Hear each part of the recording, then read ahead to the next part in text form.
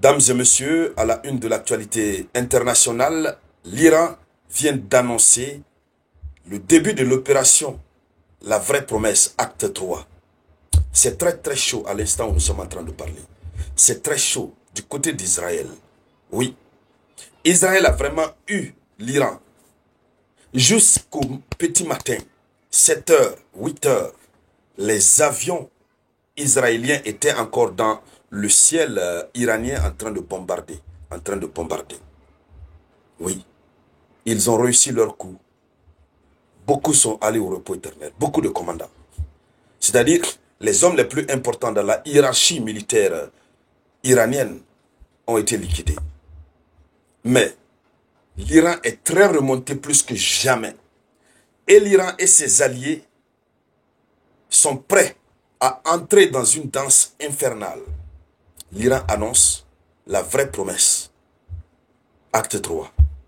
Voici l'information officielle. Alors, allons-y dans les profondeurs pour décrypter. Et donc, selon l'information officielle que nous recevons, la réponse de l'Iran ne sera pas une petite chose.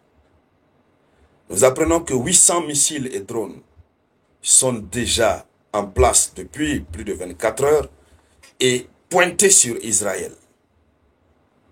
Selon l'information, les forces armées iraniennes disent qu'elles n'auront pas de limite dans leur réponse à Israël. Elles n'auront pas de limite. Les médias iraniens rapportent que des drones kamikazes de type Shahed ont été lancés pour frapper les systèmes de défense aérienne israéliens. Après quoi, une slave de 800 missiles balistiques sera lancée sur Israël et depuis 72 sites. Donc 800 missiles balistiques vont être lancés depuis 72 sites qui n'ont pas du tout été touchés. Alors,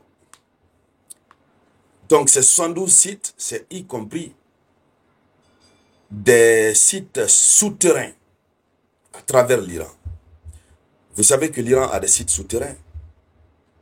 Les véritables sources nucléaires iraniennes sont souterraines à 800 mètres de profondeur.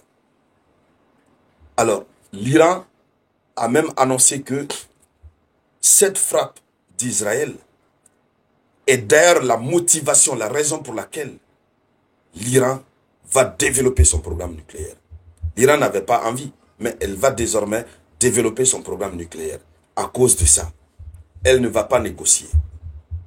Vous voyez jusqu'à quel niveau les tensions sont.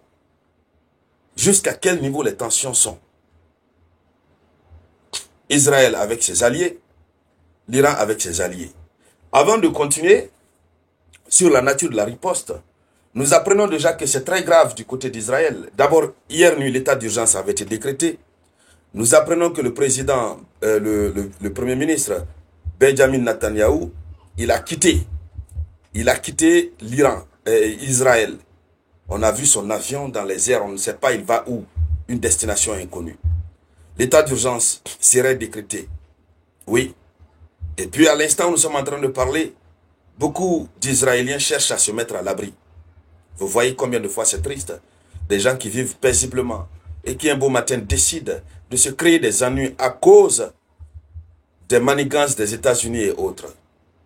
Alors, selon l'information officielle, nous apprenons que suite à l'attaque israélienne contre des zones résidentielles dans certaines villes iraniennes, dont Téhéran, le leader de la révolution islamique, l'ayatollah Seydi Ali Khamenei, a averti que le régime israélien doit désormais s'attendre à une punition sévère. Une punition sévère. Et c'est cette punition qu'ils appellent la promesse honnête, la vraie promesse. C'est-à-dire une promesse que tu fais et tu la réalises à la satisfaction du contenu de ta promesse. Alors, le commandant en chef adjoint du CGRI, le général Ali Fadavi, promet une réponse incitant à regretter le régime infanticide et ses partisans. Les capacités sont sous contrôle total pour une réponse nécessaire au régime israélien. Voici ce que le commandant en chef adjoint du CGRI vient de dire. Il faut rappeler que son chef suprême a été envoyé au repos éternel dans ce conflit, dans cette attaque d'hier nuit. Alors, allons-y beaucoup plus loin dans les profondeurs. Voilà, j'ai donné l'information officielle au début. Je vois certains qui se lamentent que le samouraï ne va pas droit au but. Lorsque je vous donne l'information officielle, vous ne pouvez rien faire avec. Si vous n'avez pas les détails et tous les contours. Voilà.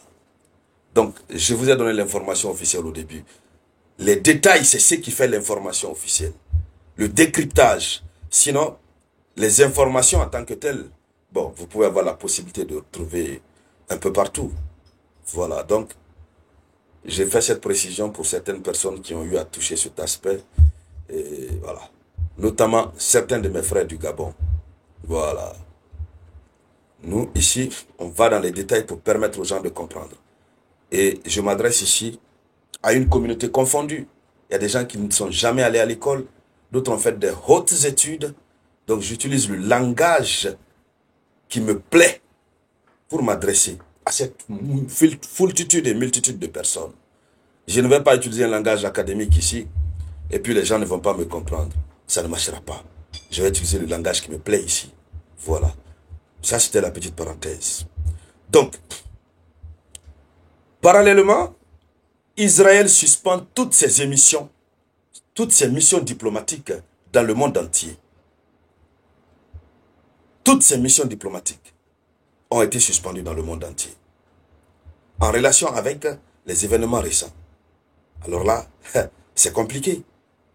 Si Israël même qui attaque est obligé de tout fermer, nous apprenons même que l'aéroport, chez eux, en tout cas tout est fermé pour le moment. Eux aussi ils sont en pause. Oui. Donc, ça c'est l'ambassade israélienne à Moscou qui vient de faire cette annonce. Donc, ça ne travaille pas. Toutes les missions diplomatiques ont été fermées. Ça va durer jusque quand? Puisqu'ils ont peur. Et ils ont ciblé l'Iran. L'Iran aussi peut cibler des missions diplomatiques israéliennes, même en dehors du territoire israélien. Donc, ça fait peur. Alors, ce qu'il faut aussi ajouter, c'est que dans un reportage spécial d'une chaîne israélienne, l'avion Xiong Wing, qui est l'avion du chef de l'exécutif israélien, est actuellement en vol accompagné de 2 avions de chasse israéliens. On ne sait pas vers où il est en train d'aller. Mais l'Iran a annoncé le début de l'opération, la vraie promesse, acte 3. Dames et messieurs, cette situation commence à être très préoccupante. Nous allons continuer de la suivre, tout ce qui va en découler. On reviendra en parler ici sur la tribune d'éveil des consciences. Merci donc à toutes et à tous. Je vous reviens tout à l'heure avec de nouvelles actualités. C'était la voix de votre